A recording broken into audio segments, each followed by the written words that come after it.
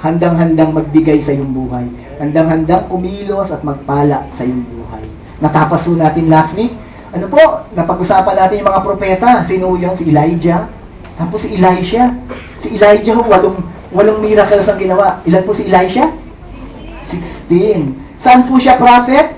Saan po? Sa Samaria o sa Judea? Samaria. Amen. Ano yung sa Judea? South. Ano yung Samaria? North. Up north, down south. Nakaganyan po yon. At sa north, ang titindi ho na mga propeta to. Alam niyo po ba sa north, meron pong almost 20 kings, wala pong naging mabuting hari doon. Kaya yung mga tao doon talagang nagsuffer sa mga nangyari sa kanila. Kasi po yung mga namumuno, hindi po maayos ang pamumuno. So ano po nangyari? Sila po na-dissolve po yung bansang yun. At naiwan po ng ilang daang taon yung sa south. Ito po sa south nito, meron po ding mga propeta na kasabay ng lumalabas na propeta sa north. Ano po, sino po yun? Ngayon po, pag-uusapan natin na propeta na lumabas po sa south, sabi natin south, na minsan po nakikipag-usap din doon sa north, ay ito po, si Isaiah. Amen? Kung meron pong basketball team, isa sa basketball captain ng team na yon ng mga prophet, si Isaiah. Siya po ay galing sa libro natin, from the Old Testament, na tinatawag nating major prophet. Hindi po kasi rango niya ay major. At yung iba ay corporal, sarhento. Hindi po. It is because of the haba at laki po nung kanyang sinulat na nung ito po ay dinivide nung naglalagay ng chapters tsaka verse. Alam niyo po naging resulta 66 chapters. Sabi natin 66. 66 chapters na pag binasa mo, minsan di mo maintindihan. Kaya minsan lalagpasan mo na lang. Di po ba? Ito po yung nangyari, itong prophecy na ito na pinasulat sa kanya na 6 na chapters, pero yung original na pagsusulat niya po, hindi pa niya alam yung anong ibig sabihin ng chapter. Kasi po meron lang po isang nagkaroon ng revelation na para mapadali naman doon sa mga Kristiyanong susunod sa akin. Kasi ako nahihirapan akong magbasa ng Biblia. Kasi dire-diretso lang, lagyan ko kaya ng chapter and verse. Salamat po sa taong yun, chapter and verse, madali tayo mag-quote. Nalimutan ko lang ang pangalan niya. Pero siya po ay malaki ang contribution niya sa paglilimbag at paglilimbag at pagpapublish ng Biblia, lalo sa panahon natin. Kasi madali tayong makaquote. So, si Isaiah po walang alam doon. Hindi po galing kay Isaiah yung chapter 1, chapter 2, chapter 3. Dire-diretso lang mo siya magsulat habang may sinasabi sa kanyang Panginoon at nakikipag-ugnay sa mga tao, sinusulat niya ho sa guidance ng Holy Spirit.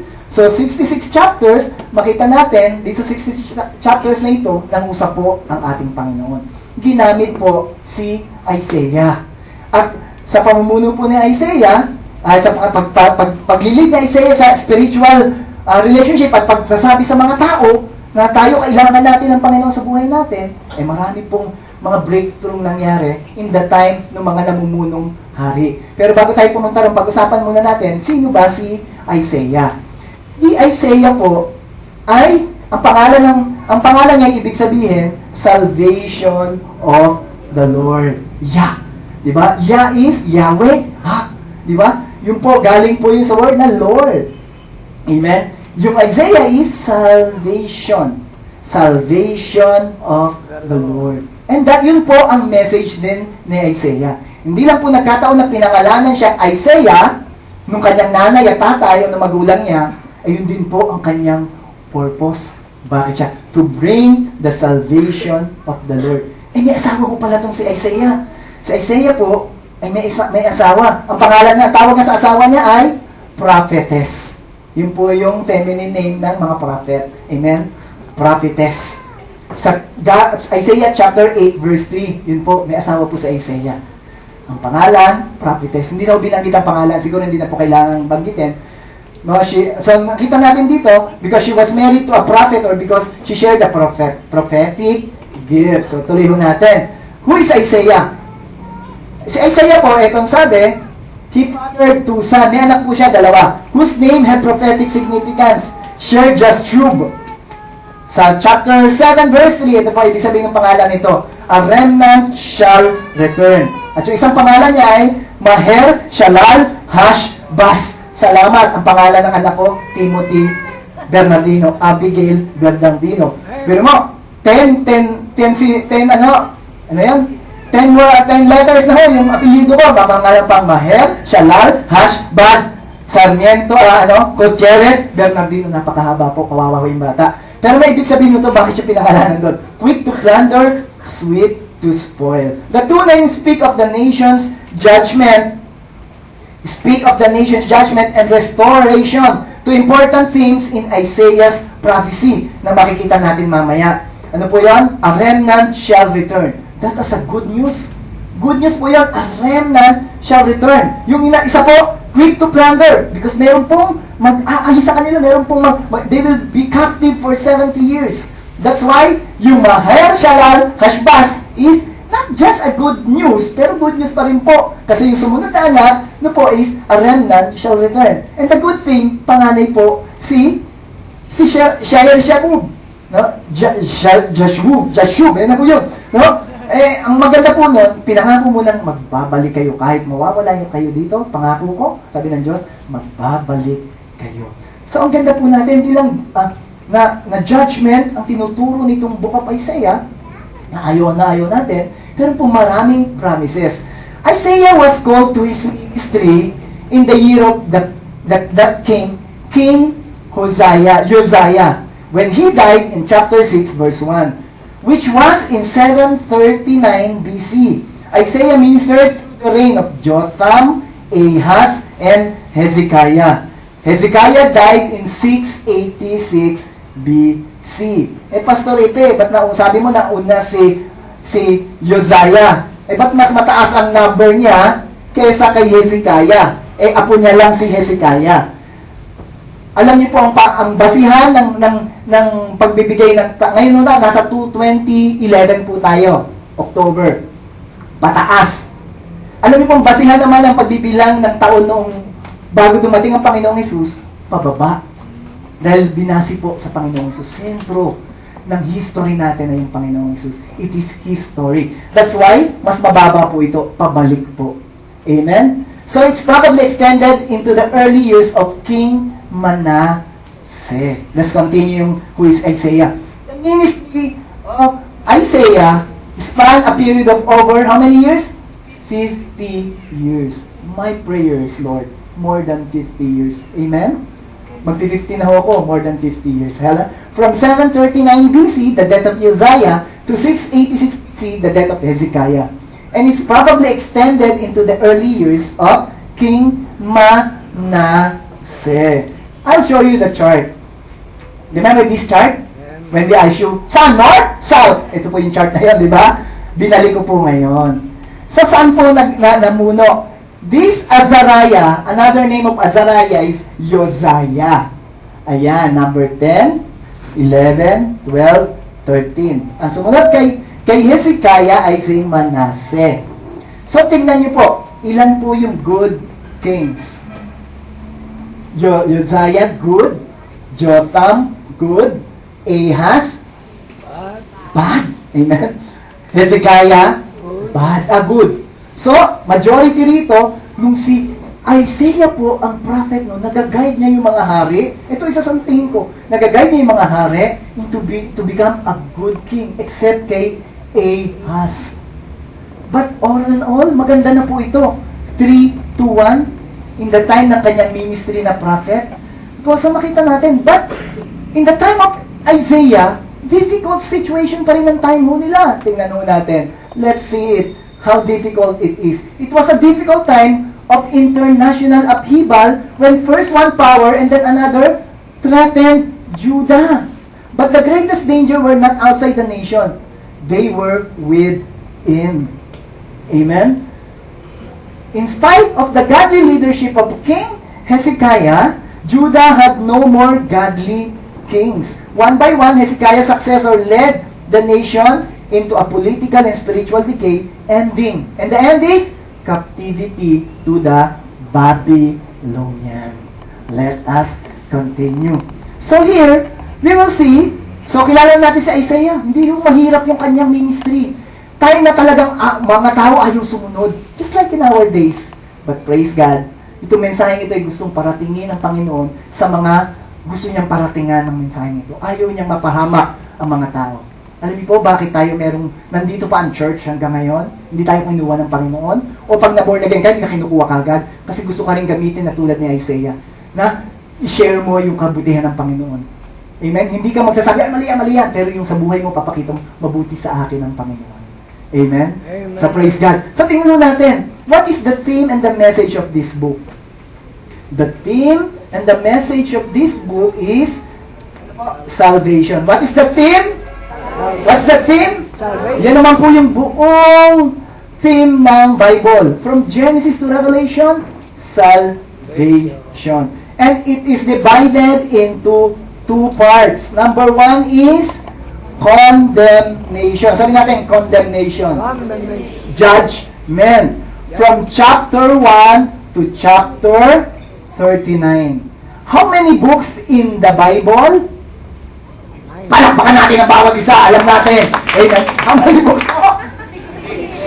66. Ayan pa. From Genesis to Revelation. Nag-aral na ko tayo. Sige ba? Nalibyo tayo ulit. No?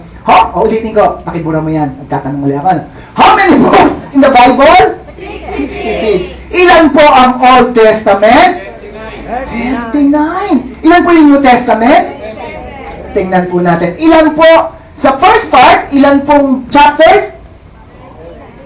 39? Is this a coincidence? Na ganun din ang ginawa nito naglagay ng chapter and verse? I think hindi po. Kasi po yung buong message. Siya tinitingnan niya lang, na-divide to sa dalawa. Siya lagay ng chapter. So Isaiah, per se, is a small, the mini-me ng Bible nating 66 books from Genesis to Revelation. Ba niyo po ako? Amen. Ang the mini-me, pag sabi kong mini-me, siya po yung small version, isang small book ng maraming books ng Bible na hinati sa Old and New Testament. 39 books, it is the law. Amen? Tingnan mo natin yung sumunod. The next letter C is the consolation. Chapter 40 to 66. And here, nakita mo natin yung biyaya ng Diyos.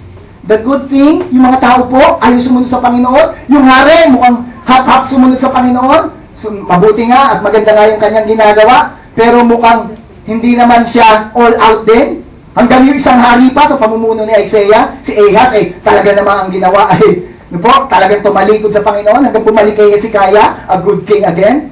Pero ang Diyos po, hindi po tumitigil. Hindi po siya magsabi lang, ito mangyayari, ito mangyayari, ito mangyayari. Bakit gustong paalam ng Panginoon sa atin, ito mangyayari, ito hindi maganda mangyayari? Para malaman natin, may masama pala mangyayari.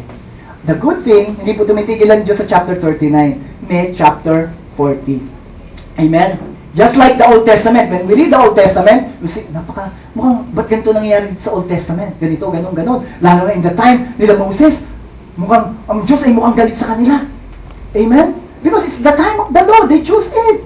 Amen? But praise God, meron pong ginawa ang Panginoon on the cross of Calvary, yun po yung turning point when He said, it is finished. Lahat po ng galit ng Diyos, sa kasalanan, hindi po sa makasalanan, sa kasalanan ng mundong ito na kinos ng kaaway, in the first time ng Genesis na tinukso si Adam, the first Adam, na na-inherit daw po natin, amen? At hindi ko po sinasabing daw dahil na-inherit natin talaga, buray natin yung word na daw, na-inherit natin, at lahat tayo ay makasalanan na, tinapos po ng Panginoong Jesus, in the first chapter, in the book of ng Gospels, at yun po lahat ng galit ng Diyos, inapo niya, para yung galit na yun sa kasalanan, napunta kay sa Panginoong Hesus na dapat ikaw, ang kabayaran nun, kamatayan, ang nangyari po siyang umako, siyang absorber, at ikaw naman na walang ginawa, tinanggap mo lang at naniwala ka. Yung kasalanan na yun na ayaw ng Diyos, na gusto niya parusahan na wala sa'yo, at nasa iyo ngayon, yung biyaya ng Diyos, yung grace. Amen? Na wala kang ginawa. Kasi sinabi niya, it is finished. Just like this painting, it is finished. Pinirmahan na ni Lord, tapos na. All you have to do is believe na yan yung buhay ko. Yun yung buhay kong maganda sa ating Panginoon. At tingnan mo natin. Let's read. Magpapatuloy po tayo sa Isaiah chapter 6, verse 1. Ito po ang sabi. Verse 3, sorry. Ito po ang sabi. As they shouted, let's hear. In the first book na 39, ito po ang dinedeclare. Sino ba itong Diyos na ito? Sabi po dito na nakita niya na vision ni Isaiah, they shouted. Ano po ang karakter ng Diyos? Holy, holy, holy. Amen? 3 beses po ng holy. Amen? Holy, holy, holy. At ito po yung emphasis na ang Diyos, banal, banal, banal. Si Yahweh, na makapangyarihan sa lahat. Lord, all-powerful. And the earth is filled with your glory. At ang mundo ay punong-puno ng iyong kaluwalhatian. Another verse, Isaiah 2:8 and 9. Ito pong nangyayari naman sa kanilang bayan. The land is filled with idols. The people bow down and worship these things they have made. So now everyone will be humbled and brought to low. God is what? Holy, holy, holy. The Lord cannot simply ignore their what? Sin. Why? Because He is holy, holy, holy. And He cannot ignore sin. And for the rest of 36 years, makita natin to, na ito po'y patuloy na declaration na meron pong judgment. But there is also an admonition na, come back, come back, come back. In Isaiah 22 verse 11 to 14, ito po ang sabi sa atin ng Biblia, lalo na ng Book of Isaiah. Between the city walls, you built a reservoir for water from the old pool. Amen? But all your perverse plans are to no avail because you never ask God for what? Help. Amen? Remember, sabi ko sa inyo, God designed us to ask for help. Amen? Kaya ayaw ni Lord na hindi kayo hingi sa Kanya ng tulong. Amen? Can we say, Lord, help me? Lord, help me. Ay, parang konti lang gusto magsabi ng, Amen? Bombay, help me! Marami po. Amen? 5, 6, help me! Eh si Lord na ho. Kay Lord, pag sinabi mo help me, hindi ka kailangang magbayad. Magbibigay siya. Are you with me, church? Ulitin natin. Sabi natin, Lord, help me. Ito sabi sa kanila, reklamo sa kanila, you never ask God for help. He is the one who planned this long ago.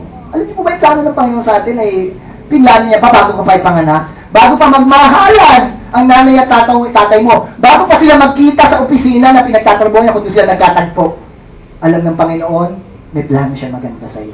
Amen? Verse 12, the Lord, sino to? The Lord Adonai and the Lord Yahweh, Yahweh El Shaddai, Almighty, the Lord Yahweh El Shaddai, yun po sabi lang, called you to weep and mourn. He told you to shave your heads in sorrow for your sins and to wear clothes of sackcloth to show your what? Remorse. Itong gusto ng Panginoon, magbalik kayo sa Kanya. Amen? At ito makita natin dito, sa ating pinag-uusapan ngayon, banal ang Diyos, ayaw niya na, hindi niya mapapalagpas sa kasalanan, pero dito sa next verse na pinag-uusapan natin, bakit hindi tayo lumapit sa Panginoon? Humingi tayo ng tulong sa Kanya. Next verse, 11, at verse 13. But instead, sabi dito, imbis na humingi kayo ng tulong, amen? But instead, you dance and play, you slaughter cattle animals, feast on meat, and drink wine. And you said, let's eat, drink, and be merry. You say, what's the difference? For tomorrow, we will die. Ano ba yung mentality ngayon ng mundo? And I remember even the Lord Jesus Christ quoted this sa isa sa kanyang mga kwento.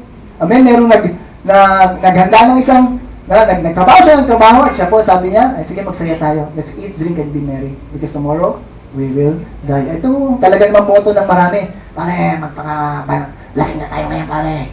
Amen. Bukas, hindi natin alam kung ano mangyayari. Pero alam niyo po, alam ng Diyos eh. Hallelujah. Ano lang yan? Kuha ko ba? Amen. Hindi ako ganun dati. Dati ganun ako. Amen. Number 14. Verse 14. The Lord Almighty has revealed to me that this sin, what? Will never be forgiven you until the day you die. That is the judgment of the Lord Almighty. May pag-asa ba yung kinikwento mo, Pastor Ripe? Later, we will see. Because we are in the book na yung first is just a judgment. Just like when you read the Old Testament, minsan din nyo maintindihan, bakit pinarusahan to? Bakit pinarusahan to? Amen? Kasi po nandun sa Old Testament. That's why we need to know and rightly dividing the word of truth. Yung tayo po nasa New Testament na. Amen? Meron na pong tinapos sa atin si Kristo. Iba na po ang pakikipag-deal sa atin ng Panginoon. Punong-puno ng biyaya, awa, pag-asa at pag-ibig ng Diyos. Amen? At makikita mo natin ito sa Book of Isaiah mamaya. Tuloy pa ho natin. So, but the next 27 chapters, ito po ang sabi. Hallelujah. Next 27 chapters. Saan po nagsimula? Isaiah, hallelujah, 40. Remember,